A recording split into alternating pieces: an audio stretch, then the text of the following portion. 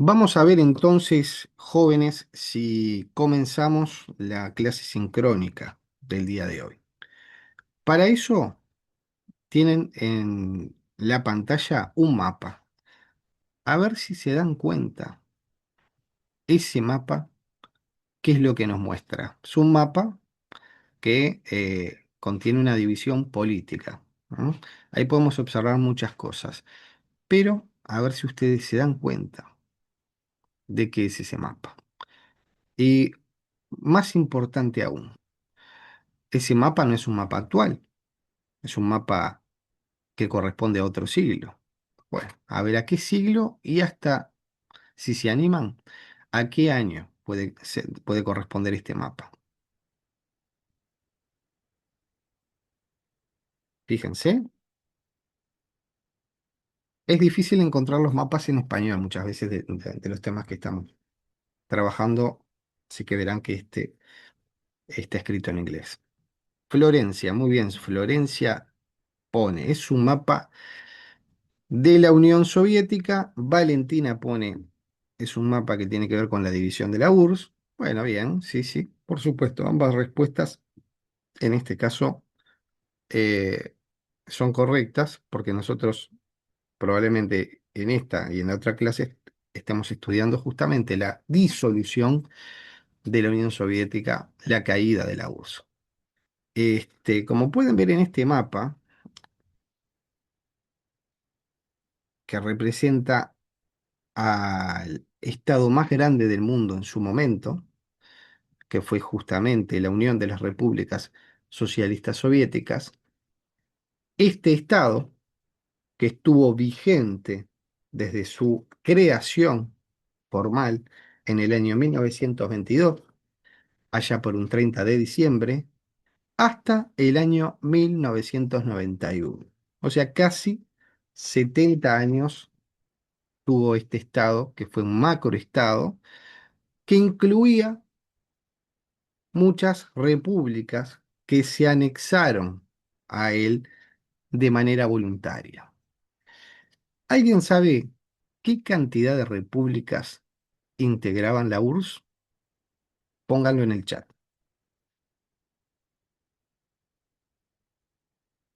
Y esto nos va a ayudar a comprender en gran parte algunos conflictos que estamos viviendo el día de hoy.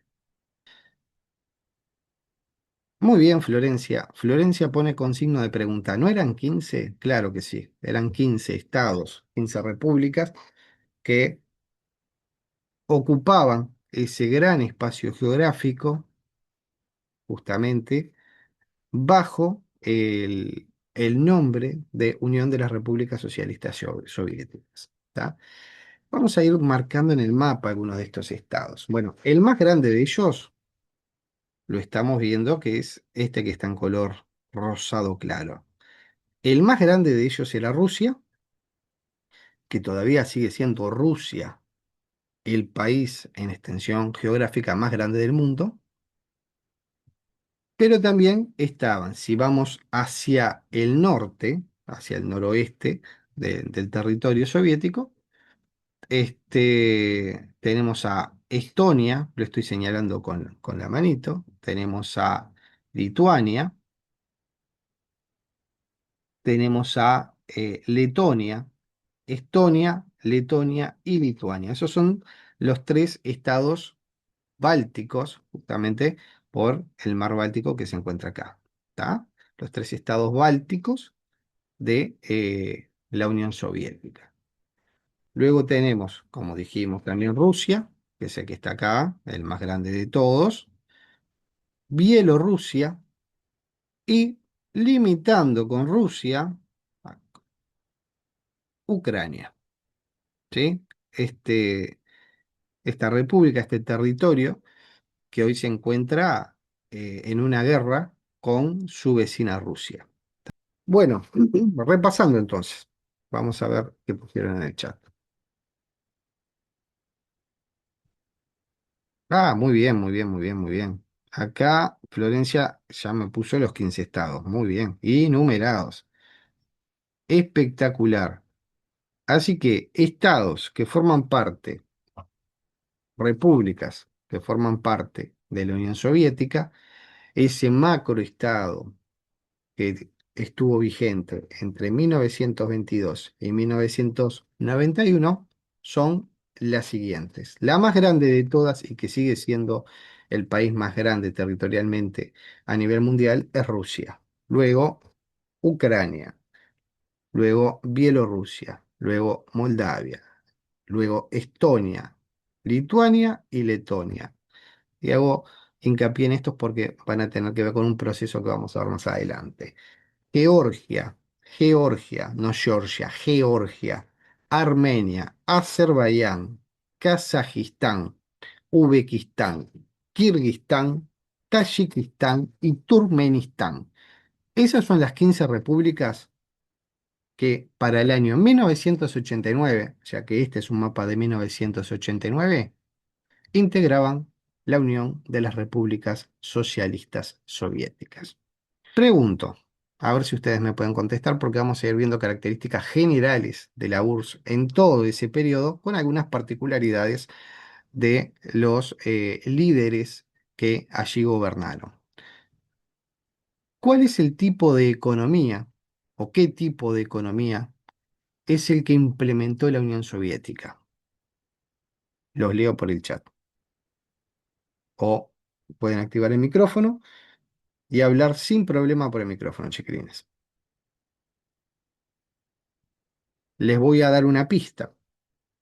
Entre 1928, que comienza a implementarse este tipo de economía, hasta 1985 se habla de la era de la planificación.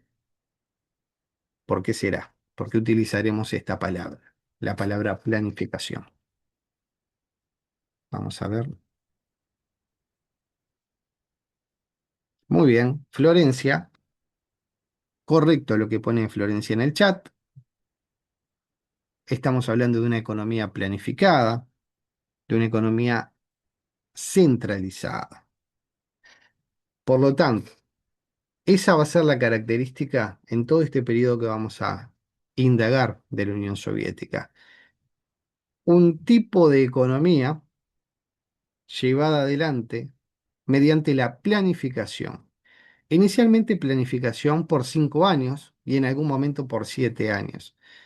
Digamos que en este periodo parte de la planificación de la URSS se vio interrumpida por la Segunda Guerra Mundial, pero luego continuaron con los planes quinquenales. Quinquenales significa cada 5 años, ¿no? Y en algún momento también se establecieron planes septenales, es decir, cada 7 años. Entonces, se trata de la planificación general y centralizada de la economía, lo cual buscaba provocar un desarrollo económico importante con el fin de generar una sociedad sin clases. Ese es el marco que fundamenta y justifica ese tipo de economía planificada. Pero ¿cuáles son las características de la economía planificada? A ver si ustedes se acuerdan. Bueno, muy bien. Florencia, excelente. Nos pone Florencia. El Estado, efectivamente, es quien controla, es quien tiene la propiedad de los medios de producción.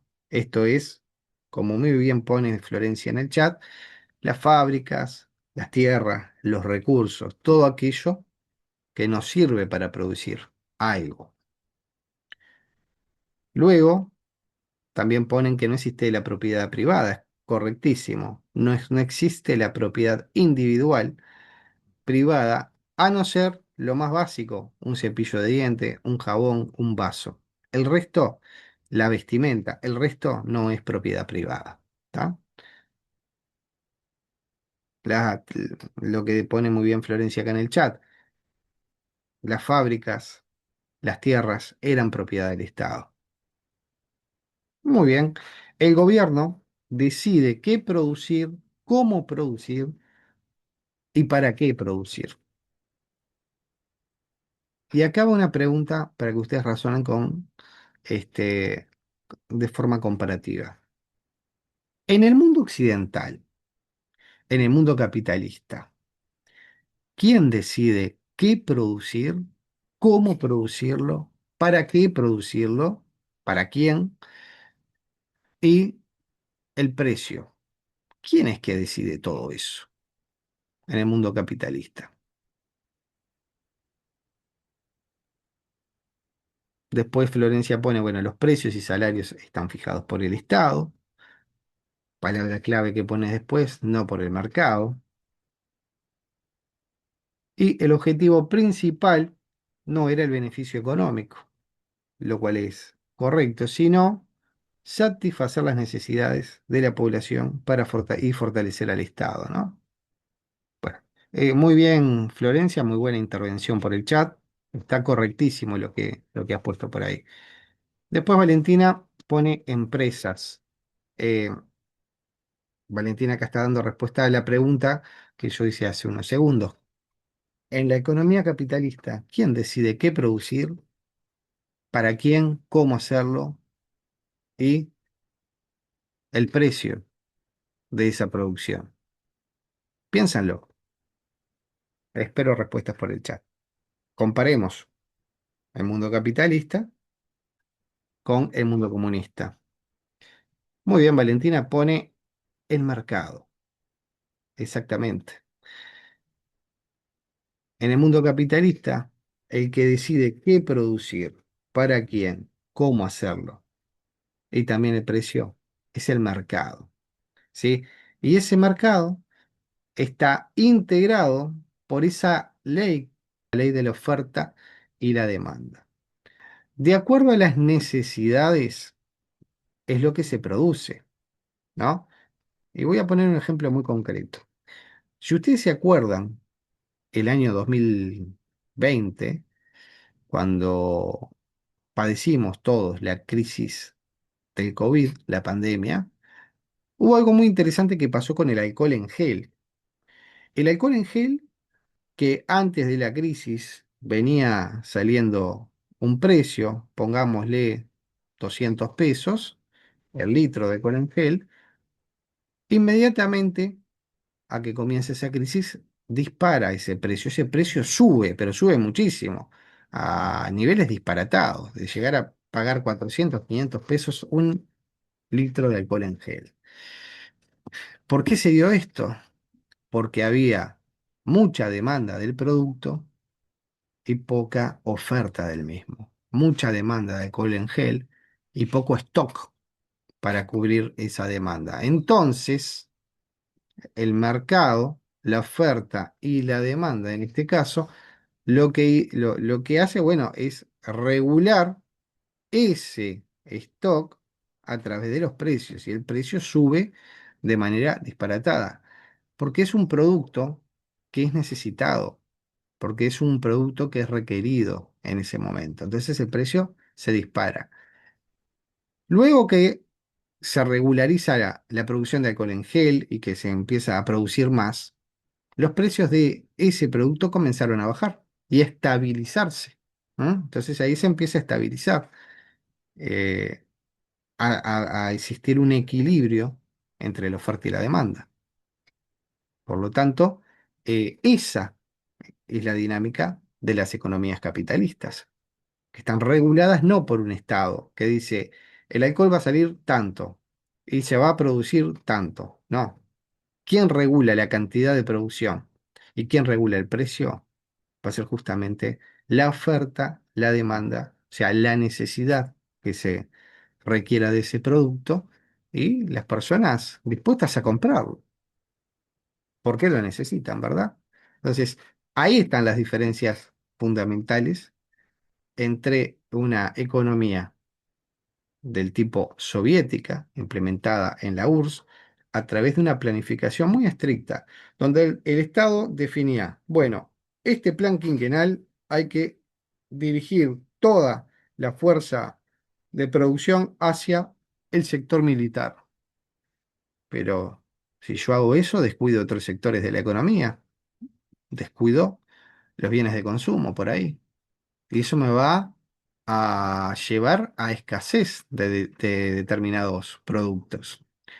En cambio, en el mundo capitalista, ¿quién regula qué producir? ¿En qué cantidad? ¿Para quién producirlo? Y además, el precio en función de la oferta y la demanda es el mercado. Exactamente. Entonces, para ir redondeando este concepto de economía planificada, el que tiene la propiedad de los medios de producción es el Estado. Es el que decide qué, cuándo, cómo, por qué producir.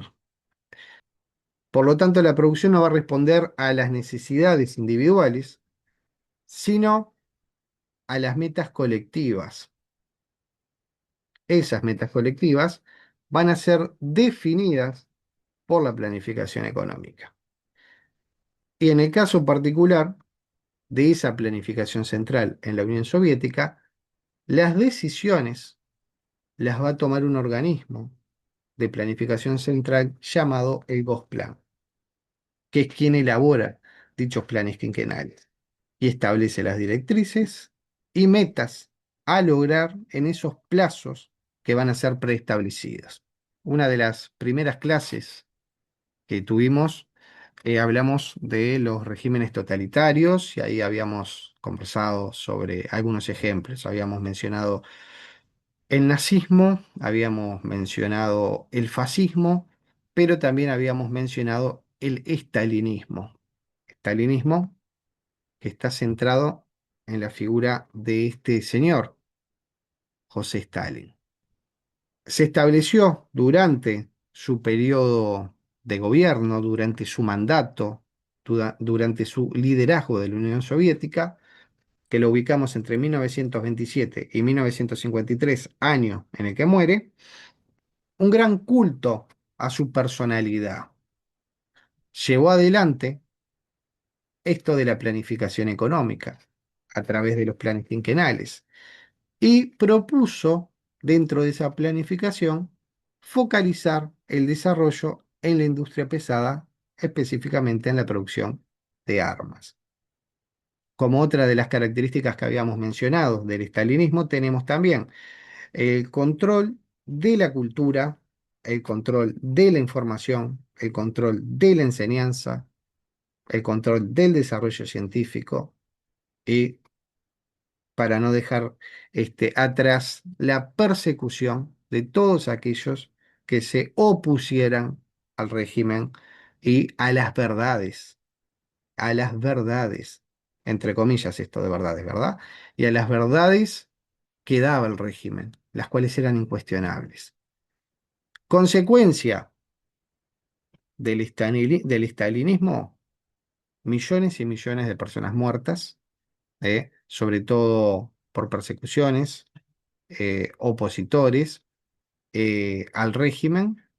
Y cuando yo dirijo, como decíamos hoy, todo el poderío de producción económica hacia un sector y descuido otro, lo que voy a hacer es perjudicar a ese otro sector. En este caso, el sector de la agricultura se vio bastante perjudicado por la planificación estalinista en los planes quinquenales. Bien, vamos a pasar a otra foto para ir avanzando. ¿Alguien reconoce quién es este señor que aparece en la foto? ¿Lo han visto? Va a ser el sucesor de Stalin. Específicamente, va a asumir el control como primer secretario del Partido Comunista de la Unión Soviética en el año 1956. ¿Tá? También va a ser presidente del Consejo de Ministros, por lo tanto va a ser el líder soviético de la época de entonces. Y va a estar en el poder entre 1956 y 1964. Vamos a ver qué ponen acá en el chat. Valentina pone, el líder de la Guerra Fría. Está bien la respuesta, pero ¿quién es este señor? ¿Y usted se acuerda de esto de el líder de la Guerra Fría? Quizás porque hay fotos de él muy interesantes en uno de los episodios. más calientes, digamos, más tensos de la Guerra Fría.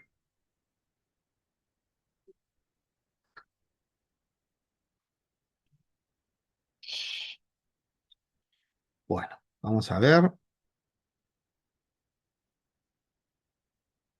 Khrushchev, está bien. Khrushchev se escribe de esas dos maneras, como lo puso Valentina Khrushchev o Khrushchev.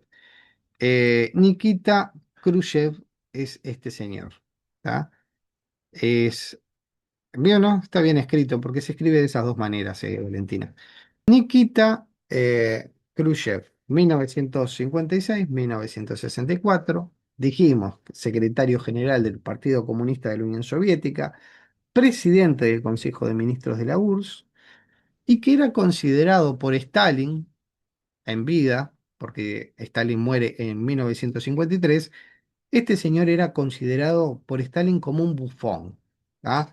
Como alguien de poca monta. Bueno, Khrushchev va a sorprender y va a demostrar que no va a ser un político de la baja política, sino al contrario, va a ser uno de los más recordados y principales políticos del régimen soviético.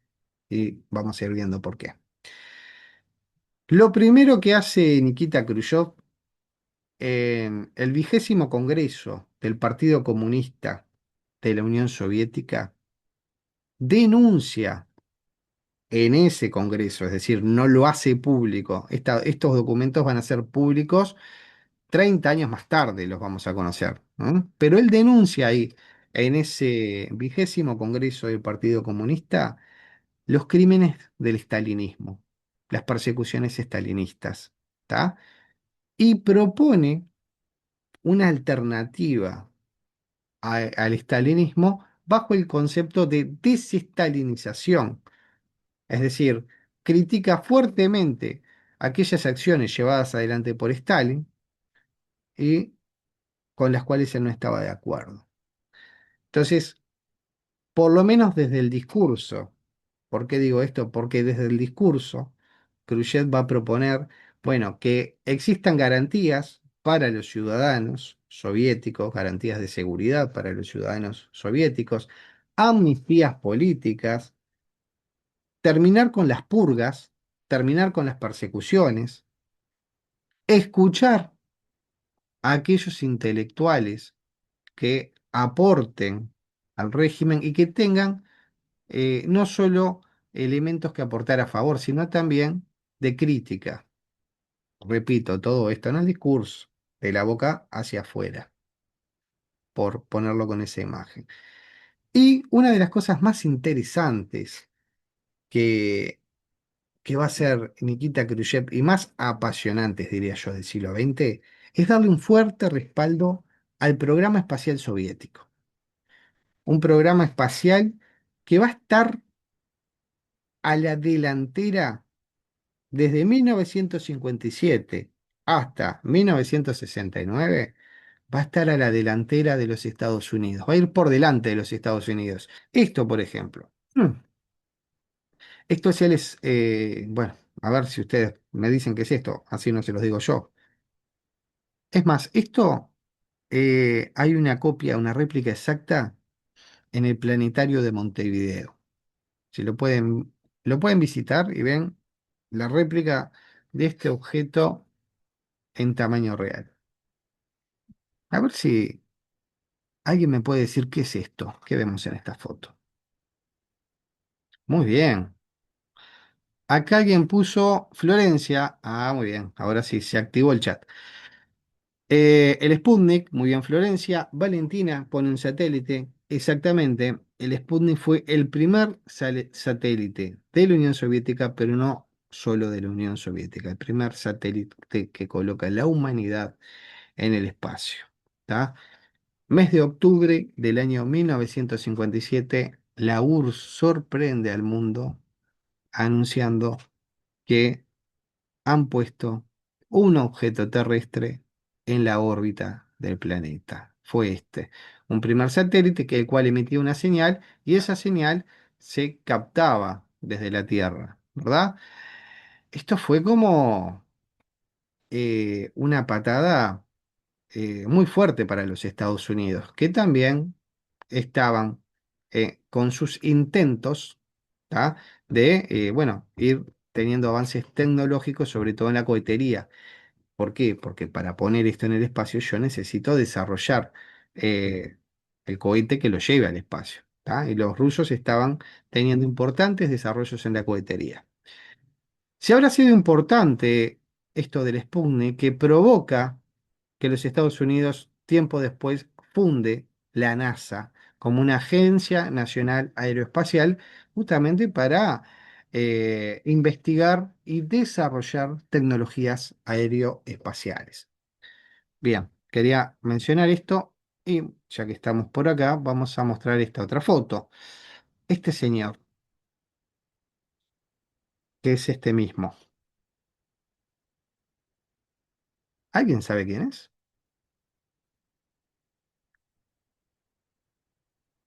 También fue el uno, también fue el primero. El primer hombre en el espacio. Este señor es el piloto soviético Yuri Gagarin. Algunas otras características de el mandato del gobierno de Nikita Khrushchev. Bueno, dijimos que respalda al programa espacial soviético, lo impulsa, logra justamente una cantidad de, de hitos históricos en cuanto a la carrera espacial y también a nivel de economía y de política internacional va a tener sus particularidades. Va a orientar la economía soviética a través de la planificación que se seguía aplicando justamente a la producción de bienes de consumo. El objetivo va a ser estimular a la agricultura que estaba bastante maltrecha por el estalinismo, por los planes estalinistas y también por aquellas secuelas que había dejado la Segunda Guerra Mundial. Hay una palabra clave con la cual o un concepto clave más que una palabra, con el cual se vincula a Khrushchev, y ese concepto de coexistencia pacífica. ¿Alguien me puede explicar brevemente qué es esto de la coexistencia pacífica? La coexistencia pacífica es una nueva forma de política exterior que va a implementar Nikita Khrushchev, específicamente él, que va a buscar reducir las tensiones con Occidente, sobre todo las tensiones con el mundo capitalista. Pretende, a partir de ese concepto, ir hacia un nuevo sistema internacional que supere el enfrentamiento bipolar, ese enfrentamiento fuerte que tenía con los Estados Unidos. También va a ser uno de los mandatarios soviéticos, digamos, el primero que visita a los Estados Unidos. No se va a alejar del desarrollo de la industria pesada, porque va a ser necesaria justamente esa industria pesada para el desarrollo de la cohetería que va a impulsar con su, particularmente, programa espacial soviético. Va a promover también las industrias básicas, la química, la electricidad y gran hincapié, y lo vuelvo a mencionar, en la cohetería. Al respecto, no lo vamos a tratar en profundidad hoy, pero después yo les voy a colgar un video que tengo hecho justamente sobre la carrera espacial de manera comparativa entre los logros soviéticos y los logros norteamericanos para que ustedes lo vean. Una de las cosas más importantes, una de las ideas más importantes que plantea Nikita Khrushchev es la idea de aceptación de distintas vías del socialismo, es decir, de que la vía soviética no sea la única para llegar a esa sociedad ideal. En este sentido, esto de las distintas vías, fíjense que es al socialismo, no a otro sistema, ¿está? Y esto de la aceptación y de la disidencia, eh, en algunos episodios quedó únicamente en el discurso. ¿Por qué? Porque en el año 1956, en el mes de octubre, en Hungría, vamos a, no, puse un mapita de Hungría. Bueno, acá tengo las imágenes. ¿Tá? En el año 1956, en el mes de octubre, entre octubre y noviembre, en Hungría se va a dar la llamada Revolución Húngara, ¿tá? Que arranca como una manifestación de estudiantes, el 23 de octubre de 1956, en la capital de Hungría, en Budapest, frente a reclamos justamente de libertad, frente a reclamos de poder participar, frente a reclamos de poder ser escuchados. Frente a esos reclamos actúa la policía, que reprime dicha movilización. Inmediatamente, o gran parte de la sociedad húngara eh, siente empatía por estos reclamos, por los reclamos de los jóvenes, los reclamos de los estudiantes, y la revuelta se empieza a extender más allá de Budapest, por otras zonas del país. Fíjense, revuelta estudiantil, manifestaciones estudiantiles, revuelta popular, gobierno antisoviético encabezado por un líder. Ese líder es Imre Nagy. Frente a este escenario, la URSS no se va a hacer esperar y va a mandar a los tanques. Bueno, ahí vemos tanques. En esta foto está mejor, ¿no? Y va a mandar a los tanques, va a mandar al ejército soviético para reprimir y calmar esa situación de revuelta en uno de los países que estaba en su zona de influencia, en uno de los países que estaba bajo la órbita soviética. No se pudo entonces consolidar un gobierno antisoviético, ya que esta revolución fue derrotada, ¿tá? Fue derrotada por justamente las tropas soviéticas que ingresan al territorio húngaro. Por más de que hayan tratado los revolucionarios de recuperar su autonomía nacional y de retirar a Hungría de aquel pacto militar que era el Pacto de Varsovia, nada de esto tuvo éxito. Lo que sí tuvo éxito fue la represión de la revolución por parte del ejército soviético, quien va a ocupar al país por el mes de noviembre y va a poner en el poder a uno de los líderes afines a la Unión Soviética, que va a ser János Kadar.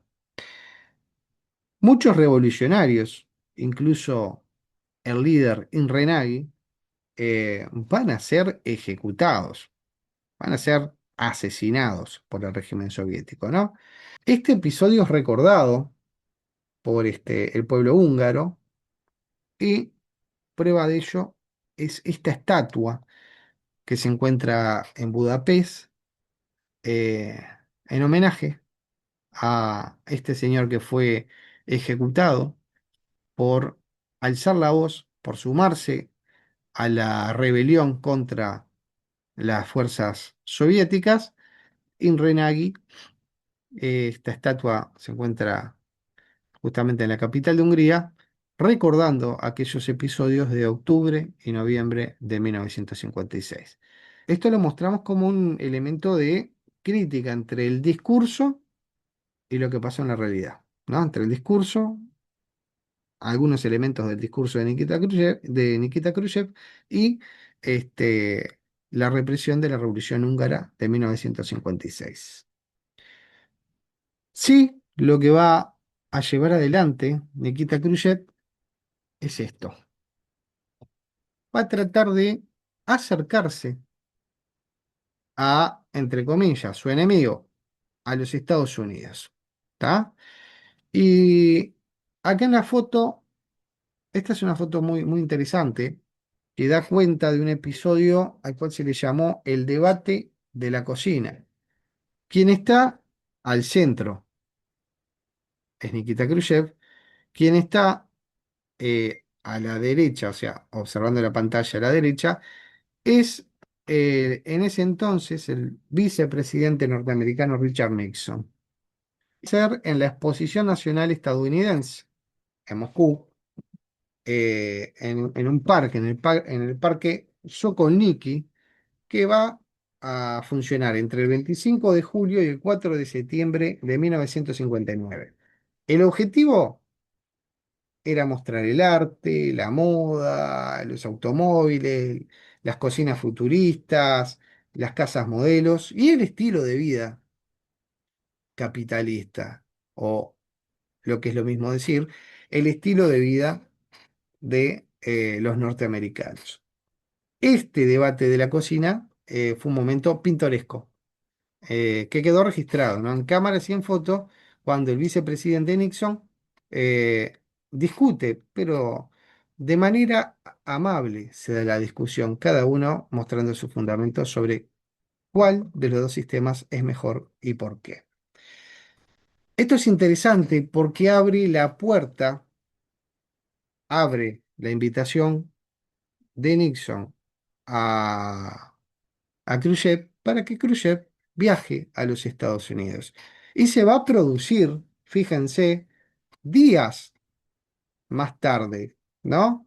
Eh, Nikita Khrushchev va a aceptar la invitación de Estados Unidos y va a viajar a Norteamérica. Se va a convertir en el primer líder soviético que visita a los Estados Unidos.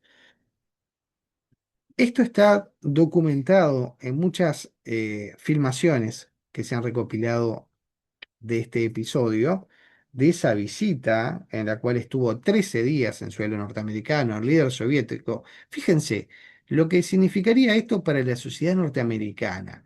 Los líderes soviéticos habían sido demonizados a través de la propaganda, como ya hemos dicho en otras oportunidades. Entonces era como que el demonio estaba visitando los Estados Unidos. Entonces la primera reacción de la sociedad norteamericana va a ser el miedo, va a ser el miedo, va a ser la precaución. Pero luego la, la forma en la cual Khrushchev comienza a actuar en su visita va logrando simpatías de esa sociedad. Bien, esta foto da cuenta de esa visita, justamente. Eh, Tenemos acá a Nikita Khrushchev, ¿no? Fíjense la cantidad de gente que lo rodea. Esta es su esposa y este que está acá es uno de los cantantes más eh, conocidos, de los más importantes que ha tenido Estados Unidos, que es Frank Sinatra. ¿Tá? Sale con gente de Hollywood y está rodeado con el, digamos, jet set del espectáculo de entonces. Eso le gustó al pueblo norteamericano, entonces se fue dando como una paulatina, eh, entre comillas, aceptación y determinadas simpatías por el líder soviético durante su visita a los Estados Unidos. Septiembre de 1959. Entonces, acá está la prueba de lo que hablábamos hoy, de el acercamiento, de tratar de calmar las aguas y de lograr en definitiva una coexistencia pacífica con el otro, que tenía otro sistema económico, político, social y cultural distinto, ¿no? Lo que propone, por lo menos en este momento, es distender las relaciones entre las dos superpotencias. Por eso se da esta visita. Pero, ¿qué habrá pasado? La cosa venía más o menos bien, ¿eh? Las relaciones se habían distendido. Existía diálogo. El presidente de este momento era Dwight Eisenhower. Eh, Dwight Eisenhower lo recibe a Khrushchev, conversa con él. ¿Tá? Este, bueno, Khrushchev le lleva como regalo algo muy, muy pintoresco. Le lleva Esto justamente un modelo del Sputnik de regalo, poniendo a la tecnología soviética en un lugar superior al de los Estados Unidos. Los Estados Unidos que estaban teniendo, al igual que la Unión Soviética, un desarrollo importante en la tecnología aeroespacial, en los aviones, ¿sí? En aviones que se van a ir desarrollando, tipo el U-2. Los Estados Unidos desarrollan esos aviones espías y por el año 1960 se les ocurre, con conocimiento del presidente de entonces, Dwight Eisenhower, se les ocurre mandar un avión espía al territorio de la Unión Soviética. Ahí fue el momento en el cual las cosas se pusieron tensas. ¿Por qué? Porque lo que no pudieron prever es que la Unión Soviética les iba a bajar ese avión. Que la Unión Soviética también estaba desarrollando tecnología para llegar a velocidades y alturas a las cuales llegaban los aviones norteamericanos, ¿verdad? Es así que se da uno de los incidentes importantes del periodo, donde un avión U-2 en el año 1960 ingresa a la zona soviética, es derribado por la Unión Soviética, pero no solo derribado, sino que hacen prisionero al piloto de dicha nave. ¿Está? Todo esto en el marco de una cumbre que se iba a realizar en París entre ambos mandatarios, entre Khrushchev y entre Eisenhower. Se podrán imaginar el resultado. Se suspendió la cumbre eh, y Estados Unidos mundialmente reconoce haber quedado avergonzado, pidió disculpas, etcétera, pero está. Khrushchev le dice a las autoridades norteamericanas, estábamos conservando unas relaciones eh, cordiales y ustedes nos mandan un avión espía, ¿no? Es como un momento de tensión importante que se genera, ¿no? Eleva las tensiones de la Guerra Fría. El piloto que va a ser hecho prisionero, de nombre Francis Powers, eh, va a ser capturado y recién 2 años más tarde va a ser liberado y canjeado en París. Hay una película que se llama El Puente de Espías, si no me equivoco, que da cuenta de este episodio que está muy bien hecho. Dijimos que la cumbre en la cual se iban a reunir los dos mandatarios se suspende a causa de este hecho, ¿verdad? Pero que no va a ser el hecho más grave. No va a ser ese el hecho más grave que se dé con los Estados Unidos. Previamente a mencionar el hecho más grave, Nikita Khrushchev tiene un acercamiento a este otro personaje del siglo XX. A ver si lo reconocen quién es. Valentina pone Fidel. Vea, tomo un mate y vamos a eso. Eh, exactamente, Fidel Castro, ese señor que está junto a Nikita Khrushchev, quien luego de haber triunfado en la Revolución Cubana contra la dictadura de Fulgencio Batista, él se declara marxista-leninista. Y bueno, y Khrushchev dijo, este es uno de los nuestros. El problema es que Cuba estaba en la zona de influencia norteamericana. Entonces esto para los Estados Unidos es un callo fuerte en el pie, ¿tá? Porque el territorio de Cuba está muy cerca del territorio norteamericano. Es más, está a pocos kilómetros de la península de la Florida. Estados Unidos no iba a permitir un régimen socialista, comunista, cerca de sus costas. Por lo tanto, desde el momento que Fidel se declara marxista-leninista, se gana como enemigo a los Estados Unidos, quien a lo largo de los años va a hacer y llevar adelante distintas acciones contra este régimen cubano. Pero el episodio más tenso, el episodio más caliente de la Guerra Fría, se va a dar justamente y va a tener como protagonistas a la Unión Soviética, a Cuba y a los Estados Unidos. A ver si ustedes recuerdan a qué episodio nos estamos refiriendo. A ver, voy a poner acá. Fidel Castro pone Valentina muy bien. En un mes de octubre del año 1962, ahí va a estar una de las crisis más importantes del periodo. A ver si lo ponen en el chat, ya nos fijamos. Los misiles pone Dylan, está, pero es muy vago. Los misiles, bien. Se va a dar uno de los episodios más complejos, más difíciles de la Guerra Fría.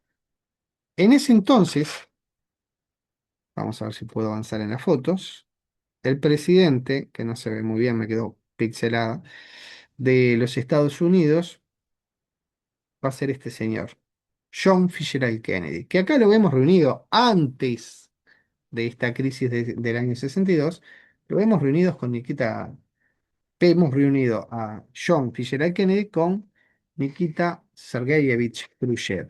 ¿Tá? Esto ya me está marcando la postura en la cual se venía trabajando, ¿no? Pero, y ahora vamos a mostrar esto, para ir explicando el proceso. Digamos que en el mes de octubre, entre el 15 y 16 de octubre y 28 de octubre de 1962, la Unión Soviética y los Estados Unidos se enfrentan, ¿sí? Diplomáticamente y movilizan armas, ¿tá? Por esta crisis, que comienza justamente cuando Estados Unidos detecta la construcción de instalaciones de lanzamiento en la isla de Cuba. Bueno, ¿cómo detecta Estados Unidos la instalación de rampas de lanzamiento de misiles de mediano alcance en Cuba? A través de los aviones espía. Específicamente, el mismo avión, no el mismo objeto, ¿no? Pero el mismo tipo de avión que había sido derribado en el 60 por la URSS, el U-2, uno de los principales aviones espía de los Estados Unidos. ¿Qué registra ese avión espía? Bueno, a nivel fotográfico, la construcción de esas instalaciones en la isla. Esto alerta a los Estados Unidos porque la primera pregunta es ¿para qué se están construyendo instalaciones de lanzamiento de misiles de mediano alcance en Cuba? Y la respuesta que da el Consejo de Seguridad Nacional es muy simple, para atacar a los Estados Unidos. ¿Tá? Se reúne el Consejo de Seguridad en Estados Unidos donde por lo menos tres posturas se van a manejar. Una postura a favor del bombardeo directo de la isla, la cual se descarta. Otra postura a favor de una invasión y un desembarco en la isla, la cual no va a ir, no va a ocurrir. Y una tercera opción, que es la planteada por el hermano del presidente John Fitzgerald Kennedy, su hermano Robert Kennedy, que implica el bloqueo de la isla, ¿no? Frente a esta advertencia, la Unión Soviética le reclama a Estados Unidos que quite los misiles de la OTAN cercanos a su territorio, que los podemos ver en este mapita de pantalla. Entonces acá tenemos como el detonante de esto. ¿Por qué la Unión Soviética quiere poner misiles en la isla de Cuba? Porque Estados Unidos, a través de la OTAN, había puesto misiles cercanos al territorio soviético. Simplemente por eso. ¿Tá? Pero sobre todo, pide Khrushchev que se quiten los misiles que están instalados en Turquía, muy cerca del territorio ruso, ya que Rusia, la Unión Soviética, interpretaba esto como una amenaza y en cierta medida lo era, ¿verdad? Por lo tanto, la URSS solicita a Estados Unidos que desinstale los misiles de la OTAN que han sido instalados en Turquía. Khrushchev, perdón, Khrushchev se va a comprometer a retirar ¿sí? El envío de misiles a Cuba y de ordenar el regreso de los buques si esto pasa, ¿está? Si se retiran los misiles de Turquía. Es ahí que se da el máximo momento de tensión de la Guerra Fría, en donde cada uno tira justamente para su lado, en el sentido de, bueno, yo quiero tener los misiles en Turquía, bueno, si tú tienes los misiles en Turquía, yo voy a poner los misiles en Cuba. Momento de máxima tensión. ¿Por qué? Porque ambas potencias poseen armas nucleares y esto abriría la puerta a un enfrentamiento directo, ¿tá? Entre ellas. ¿Cuáles van a ser las, digamos, las consecuencias de estos días entre el 16, 15 y 16 de octubre y el 28 del mismo mes del año 1962? Bueno, evidentemente que si se enfrentaban, explotaba absolutamente todo. Por lo tanto, ahí se abrió la puerta del diálogo, de calmar las aguas, de bajar la tensión, es decir, de lograr esto de la distensión y hablar entre Kennedy y Khrushchev, los dos líderes, de un lado y del otro, para llegar a una especie de acuerdo. Bueno, ese acuerdo va a ser el compromiso, ¿sí?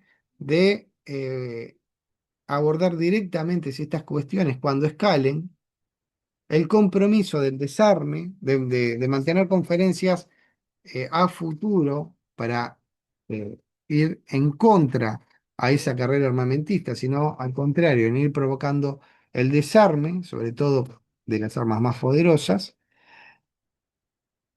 Se comprueba en este episodio, en definitiva, que tiene que haber respeto por los espacios del rival, del otro, que eso es fundamental para que las relaciones entre las dos superpotencias sean cordiales. Una de las cosas más interesantes que se establece a partir de acá es una línea directa, el llamado teléfono rojo, una línea directa entre el Kremlin, donde estaban las oficinas de Khrushchev, y la Casa Blanca, donde está la oficina de la presidencia de los Estados Unidos, de comunicación directa, sin intermediarios. Cuando sucede alguna situación que lo amerite en el futuro, ambos levantan el teléfono, ambos líderes de las dos superpotencias dialogan entre sí para tratar de lograr el entendimiento y la distensión este, de problemas que pueden escalar a niveles nunca antes vistos. Lamentablemente, Kennedy va a ser asesinado en el mes de noviembre del próximo año, este, del 63. Bueno, vendrán otros presidentes, pero ese teléfono rojo se mantendrá como una vía de comunicación entre los líderes de la superpotencia, sea quien sea, ¿no? Entonces, este episodio revela que el peligro está ahí, está latente y que puede escalar en cualquier momento y que las condiciones pueden ser terribles si se procede a la utilización de armas atómicas, que hay que evitar eso a toda costa. Y para evitar eso a toda costa, justamente hay que tratar de dialogar, hay que tratar de conversar, hay que tratar de encontrar un punto de acuerdo entre ambos sistemas, porque si no, si la respuesta es armada, las consecuencias iban a ser terribles para la humanidad. Bien, bueno, esto que vemos en pantalla refleja justamente todo el episodio que acabamos de mencionar, la crisis que se da de los misiles específicamente. Miren, la Florida está acá y Cuba está acá, ¿no? A, a pocos kilómetros de distancia. Bien, y esta caricatura de la época es muy interesante. ¿Qué nos muestra? esa caricatura. A ver si ustedes, de acuerdo a lo que hemos visto, me pueden explicar qué es lo que nos está mostrando justamente esa caricatura de la época sobre la crisis que acabamos de mencionar. Ahí vemos a Nikita Khrushchev a la izquierda, a John Fitzgerald Kennedy a la derecha, jugando una pulseada. Es como se interpretó. Esto es una pulseada de fuerza, una pulseada de poder entre los dos líderes de las grandes superpotencias. Y ambos están sentados en misiles atómicos. Y Kennedy amenazando en apretar el botón. Y Khrushchev también amenazando con apretar ese botón que haga explotar absolutamente todo. ¿Qué nos muestra? El peligro de que si cualquiera de los dos apretaba ese botón rojo que provocara la utilización de armas atómicas, inevitablemente se iban a destruir los dos. Eso es lo que nos está mostrando esta caricatura del año 62. Voy a ver qué es lo que han puesto en el chat. El enfrentamiento, pone Valentina, muy bien, Valentina, esto es el enfrentamiento. Fíjense qué interesante, cómo las caricaturas que nos muestran en clave cómica las realidades políticas internacionales que están ocurriendo en un momento determinado. Bien, bueno, vamos a ver esta cara, a ver si este señor, bien, este señor es Leónidas Brezhnev, Leonid Brezhnev, ¿tá? Él va a ser el sucesor justamente de Nikita Khrushchev en el año 1964. Desplaza a Khrushchev, queda Leónidas Brezhnev como líder soviético, máximo líder soviético. Lo que va a proponer es justamente fortalecimiento del Partido Comunista de la Unión Soviética y de su cúpula, es el llamado Politburó, esa cúpula del Partido Comunista, del Partido Comunista, esa cúpula del Partido Comunista es llamado Politburó, ¿tá? Que va a ser el máximo órgano ejecutivo del Partido Comunista de la Unión Soviética, y que es la parte también burocrática, ¿tá? Que es elegido por el Comité Central de ese mismo Partido Comunista. ¿Qué va a proponer Leonidas Brezhnev? Como dijimos hace un momento, el regreso a prácticas más conservadoras, a prácticas quizás más estalinistas de las cuales se había alejado su antecesor, Nikita Khrushchev. Va a proponer más centralización del poder, ¿sí? El poder más concentrado, más centralizado, ¿sí? Y esta idea que dijimos hoy de promulgar la soberanía limitada de las democracias populares.